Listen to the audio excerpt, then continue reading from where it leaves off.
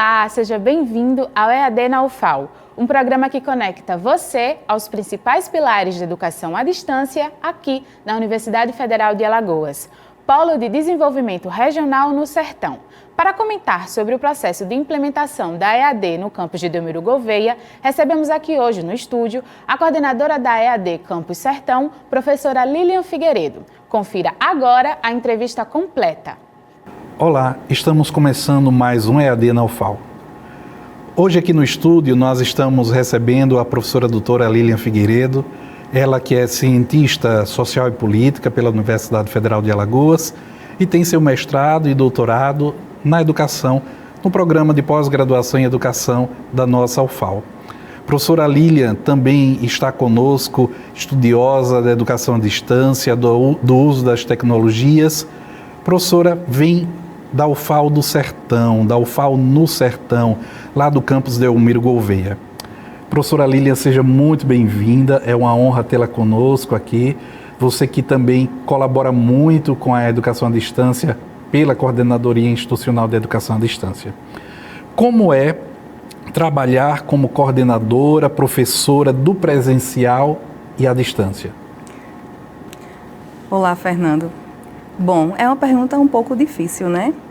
Mas trabalhar, como eu já me especializei na educação à distância desde desde a minha graduação, na verdade, como você disse, sou cientista política, mas no meio da minha formação, eu cruzei com o professor Luiz Paulo e fui fazer PIBIC com ele. Então, daí em diante, e o PIBIC realmente era, no foco, éramos fazer materiais didáticos para a EAD. Então, aquilo foi me abrilhantando e eu fui seguindo, para essa área. E aí veio a área de tecnologias, que antigamente era só TIC, Tecnologias da Informação e Comunicação. Hoje a gente tem o famoso D, que são as digitais, E então eu quis mesmo seguir por essa linha. E ele sempre me dizia, você vai ser uma boa professora. Eu dizia, não quero ser professora. E aí estou aqui como professora. E trabalhar com isso para mim, hoje e desde sempre, já que eu me especializei, não é tão difícil, porque eu fiz vários cursos, fui tutora, fui monitora e sempre seguindo nesta linha. Fui monitora de um dos primeiros cursos superiores lá em Xingó. Não sei se você também foi professor, mas o Luiz Paulo foi, e aí levava a gente. E aí nesse caminho também fomos professores. Tem 2 semanas atrás eu encontrei uma aluna que disse, você foi minha professora. Eu digo, eu não lembro de onde. E ela fez, não, de Xingó, há 20 anos atrás. E aí... Então a sua história com a universidade começa com essa experiência como aluna, mais monitora, e você, eu não estava na experiência de Xingó, mas... Então, a interiorização da UFAL já contava com a sua presença? Já contava com a minha presença, Lá 20 anos atrás, bem novinha, como monitora. E aí, quando eu entrei na universidade, tanto que para todos os professores de onde eu trabalho, é muito difícil trabalhar quando a gente convida. Eu não sei trabalhar com EAD. A gente vai lá, faz a formação, explica como é, mas mesmo assim, eles dizem, eu não tenho essa característica, eu não consigo, viver e experienciar isso, então muitos desistem. Nós temos uma equipe de professores muito pequena, porque eles não conseguem mesmo, Eu acho que 5 ou 6 pessoas que conseguem trabalhar com EAD no Sertão. E às vezes há uma exaustão, porque sempre é você que tem que estar à frente de todas essas experiências e todos esses caminhares no sertão, da EAD.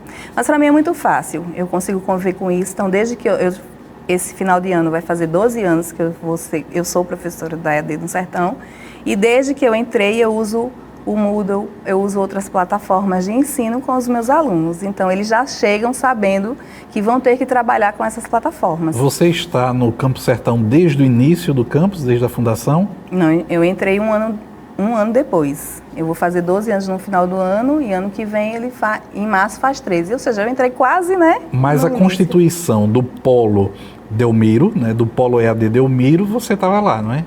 Estava, eu entrei para isso, Meu código de vaga, eu acho que você sabe bem, ele é código UAB, Então, eu entrei para ser articuladora da CIED, né, do Polo, para que a gente colocasse ele em funcionamento. É claro que, né, no caminho houve alguns percalços e aí outras pessoas ficaram à frente. E essas pessoas, eu vejo que elas até tentaram colocar, né, desenvolver, mas não conseguiram. E neste meio eu voltei e aí a gente teve algum curso, eu acho que 1 ou 2, né, nessa costura, mas depois eu tive que sair de novo porque eu fui fazer doutorado, eu fui fazer outras, né, qualificações. Eu engravidei, fui mãe, então a gente vai saindo e outras pessoas vão, né, ficando à frente dessa questão. E aí, quando eu voltei, depois da minha licença maternidade, eu fiz uma coisa que eu ainda não fiz aqui, foi colocar o meu polo para frente. Mas aí já tinha uma pessoa na frente, eu aguardei, né, o tempo dela sair e quando o meu diretor disse, Lilian, ó, tá lá, eu vou tomar a frente. Eu fiz, não, deixa que eu tomo, porque eu entrei para isso, né? Faz 12 anos que o meu código é esse, então eu agora tenho que assumir. A UFAL chega no Sertão e está no Campos Delmiro, está em Santana do Ipanema também, conta com cursos presenciais, mas também com o desafio da implementação, da renovação da educação à distância. Como é que você vê os desafios da educação à distância nessa porção do estado de Alagoas? No estado de Alagoas, eu posso falar um pouco especificamente regional, né? Santana, eu acho que o polo de Santana ele é um pouco mais além do que o polo de Delmiro Gouveia. Existem, você sabe bem que existe a diferença, né? O polo de Santana é o polo que ele lida com as prefeituras, com a prefeitura diretamente, né? E o polo de Delmiro ele é um polo associado, então é a universidade que toma conta do polo. Então, às vezes eu acho que é até mais fácil para a gente, por ser da universidade, porque nós temos uma estrutura, né, já cabível dentro da nossa universidade, então fica mais fácil. Porém, lidar com os nossos professores para que os cursos, né, venham para o nosso polo é que é o desafio. Porque muitas vezes eles não concordam, eles não querem, eles acham que isso vai ser uma competição com os cursos presenciais, e na verdade não é. Né, totalmente eles um perfil. Complementam, né? Eles se complementam e o perfil é totalmente diferente. A gente vê agora pelo programa que nós temos, né, do MEC, a diferença do perfil do meu curso, que eu sou coordenadora dos 2 cursos de pedagogia. Dos estudantes, né? Dos estudantes deste programa específico, né, que são pessoas que já tinham largado esse sonho, né? As idades também são um pouco mais avançadas, não é o perfil de uma idade de 18 anos que eu tenho no meu curso regular. Eu tenho alunos de entre 18 a 45 anos no meu curso regular. No curso do programa, eu tenho alunos, eu acho que a média deve ser de 30 a 65 anos. Né? Ela gosta de dizer isso, eu tenho 65 anos e estou aqui. Mas, professora, eu tive 10 filhos. Eu larguei meus sonhos durante anos e hoje 3 filhos meus disseram, eu preciso que a senhora volte a conquistar o seu sonho, porque eu não quero ver a senhora morrer amargurada. Então, ela está lá no programa. Então, é muito diferente. E o desafio maior que a gente tem hoje é lidar com os professores para a gente trazer cursos da EAD para lá. Porque a gente tem que levar para o conselho, né? A gente tem que levar para o nosso curso e a gente tem que ter uma votação. E a maioria é contra. E depois dessa questão do remoto, parece que essa concepção de ser contra, ela ficou mais evidenciada. Né? Há uma confusão conceitual ainda entre o ensino remoto emergencial e a educação à distância. Mas você estava contando aí desse exemplo belíssimo dessa aluna, né, que com 65 anos está lá, estudando. Na sua história, na sua vivência como professora, como coordenadora, você deve ter encontrado várias pessoas que, por meio da UFAL no Sertão, por meio dos cursos à distância, puderam ter essa segunda chance ou puderam ter essa chance num outro momento da vida. Você lembra de mais algum caso nesse sentido, algo que marcou a história porque a EAD chegou no Sertão de Alagoas? Eu lembro, sim, que eu fui professora há muito tempo do Polo de Santana do Ipanema. O meu segundo concurso foi na UNEAL, né, que é a Universidade Estadual. E era do polo, e eu era de Santana do Ipanema, então eu trabalhava lá e trabalhava no polo. E uma aluna, na verdade, ela deveria ter os seus 45 anos e ela não tinha, né, um poder aquisitivo legal, mas um dia ela me trouxe um presente. Isso é muito marcante, eu conto para todo mundo. E eu não sabia o que era o presente, estava dentro de uma caixa. E ficou lá, e eu continuei ministrando minha aula até terminar, um dia de sábado. A gente sabe bem como são os sábados, né? E eu só, depois eu olho o presente, tá bom? E tenho que ministrar a aula, porque a gente vai fazer alguns trabalhos. Não, tudo bem. Mas eu queria dizer à senhora o seguinte, eu trouxe esse presente que eu nunca trouxe para ninguém, porque foi a primeira vez que eu consegui ver que realmente eu quero ser professora. Foi depois que eu conheci a senhora, né? Daqui a pouco a gente vai chorar aqui. E eu fiquei emocionada, eu não consegui responder a ela. Eu só agradeci pelo presente e agradeci. Eu era muito nova, né, também naquela época, quando ela me disse isso. E ela fez o meu presente com muito carinho. Eu acho que a senhora não vai gostar, mas é com muito carinho. E ela terminou, hoje ela faz mestrado, né? Ela agora deve ter uns 50 e poucos anos, acho que ela tinha uns 40 na época, que ela dizia, você é muito novinha, você tem idade de ser minha filha.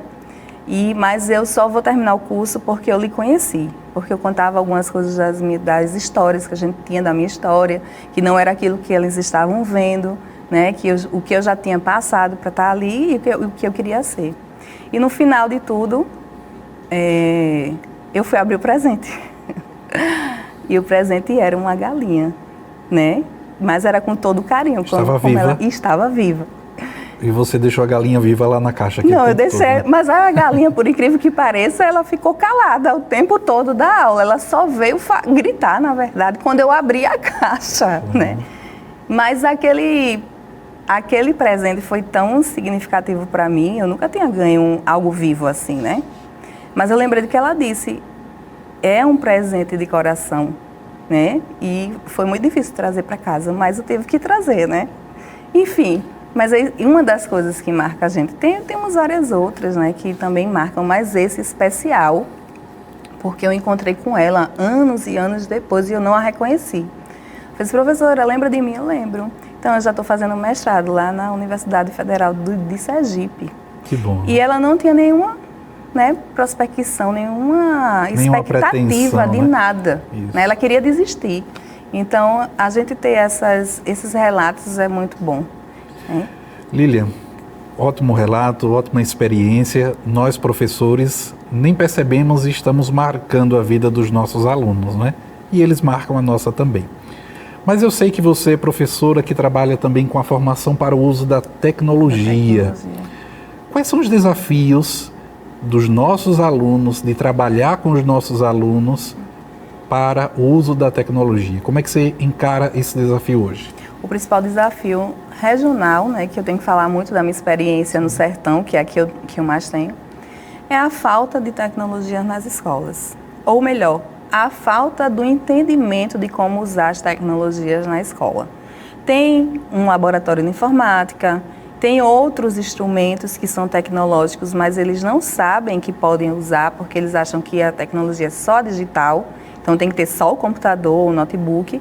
E aí, às vezes, eu quero trazer esses assuntos que estão no momento, como metodologias ativas, eu trago um pouco, como um que é cidadão digital, pensamento computacional da EAD, então, da BNCC. Eu acho muito interessante essa questão do pensamento computacional, porque ele hoje descreve, né, dentro do seu cotidiano. Então, quando eu trago isso, eles começam a ver a diferença. E aí eles começam a criar as possibilidades de trabalhar na escola, que antes eles não viam, porque eles achavam que tinha que ter aplicativos para colocar no computador, e quando na verdade a gente não trabalha com isso. Agora, a minha última, eu estou com a disciplina de tecnologias esse semestre, que o nosso semestre funciona diferente, né? Tem semestre que tem a disciplina, tem semestre que não tem. E esse semestre eu estou com essa disciplina. E aí fui fazer uma aula de campo. Mas, professora, aula de campo para levar para Xingó, para ver a maquete de Xingó. Como é que a gente vai fazer essa maquete com aplicativo? Eu digo, não se vai fazer maquete com aplicativo, porque a gente não tem aplicativo, a gente não tem como todo mundo ir para o laboratório, que algumas máquinas funcionam e outras não. A gente vai fazer a maquete manual, com os usos, né, de dispositivos manuais, não os digitais, mas os manuais. Quais são esses? Garrafa PET, CD, todas essas coisas são tecnologias e vocês podem usar para fazer a maquete. E aí eu fui explicar tudo, e aí eles entenderam por que, né, a tecnologia pode ser usada de diferentes formas. Aí já vem falando, eu já sei como eu vou utilizar a tecnologia na sala de aula da escola que eu ou estagiei, ou que eu estou sendo, que eu fui contratada, ou que eu sou professora. E aí a gente desmistifica toda essa questão de tecnologia. Não é como a capital, que a gente pode ter esse uso mais avançado, principalmente nessas escolas particulares, né? Que eu vou trazer uma turma agora em julho para conhecer o SESI, que lá tem um departamento de robótica. Um programa de robótica muito bonito. Muito né? bonito. Então, estou trazendo essa turma para ver. Lá a gente não tem. Tem uma escola que está começando a inserir, né, essa possibilidade de robótica. Mas não é como aqui que a gente tem mais, né? Muito bem. Quais são as perspectivas futuras? O que é que a gente pode esperar do uso de tecnologia e de educação à distância no Campo Sertão? O que é que você está pensando, sonhando? O que é que você está vislumbrando aí para o futuro? Ai, nossa, tantas coisas. Primeiro é trazer mais cursos para o nosso polo, que ficou muito tempo fechado, ele agora reabriu, graças também a esse programa que trouxe 3 novos cursos, né, de ciências, pedagogia e letras. Então fez com que a gente também abrisse a sala do nosso polo, antes estava fechada, que a gente conseguisse equipar a sala, que também a gente não tinha equipamentos. Então, a perspectiva depois disso, são muitos sonhos. Os primeiros trazer esses cursos, está chegando um de gestão, né, que a gente está fazendo essa estrutura com vocês da CIED agora. A perspectiva é vir um de educação física, que o pessoal da Uncisal já entrou em contato para a gente, né, se o polo estava aberto, se conseguiria. Eu disse que sim, então estou só aguardando o que é que eles vão me falar agora, se vai ter essa possibilidade de trazer. Né? Já falei para os outros polos os nossos horários de abertura, agora sexta e sábado, a gente tem essa possibilidade que antes não tinha. E quanto à tecnologia, os laboratórios, as máquinas, a maioria já estão em funcionamento, é outra possibilidade, os alunos já podem ir para lá. Antes também nós não estávamos com isso, né? Isso também foi uma proporção, não proporção, mas algo que a gente ganhou com algumas emendas durante a pandemia, né, de alguns deputados, então, um deputado especificamente, que trouxe isso e a gente conseguiu equipar melhor as nossas salas de aula e o nosso laboratório, uma vez estava fechado. Então, e a outra perspectiva que nós temos é transformar a nossa brinquedoteca num núcleo de aplicação infantil. Ela está reformando, está linda, está pintando. Outra possibilidade também, e aí a gente tem 2 computadores que também vamos colocar lá. E logo à frente transformar ela num núcleo mesmo grandioso, já com questões, com um laboratório de ciências, que eu tenho uma professora lá que trabalha com isso, e logo também colocar robótica, que eu disse, agora eu vou me especializar em robótica para trazer, né? E aí o que é que a gente pensa nessa brinquedoteca? Colocar os filhos dos nossos alunos, das nossas alunas, enquanto elas estudam lá. Então, acho que no 2º semestre a gente já começa a experiência, porque ela já está terminando aí a nossa reforma.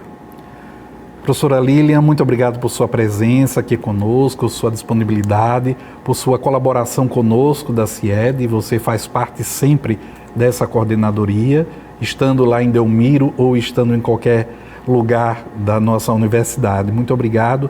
Estive recentemente lá em Delmiro Gouveia. Manda um abraço, foi uma experiência muito boa estar naquela aula inaugural. Manda um abraço para os alunos, para a equipe de professores e coordenadores, para a direção. Muito obrigado. Eu que agradeço, Fernando. Você sabe que o que precisar, o que você quiser, nós estamos à disposição, né? Os nossos alunos estão te aguardando lá sábado, dia 15, muito ansiosos, principalmente os da pedagogia. Então a gente te aguarda lá no dia 15. Obrigada mais uma vez. E sucesso no novo programa. Encerramos aqui mais um EAD na UFAL. Até o próximo programa.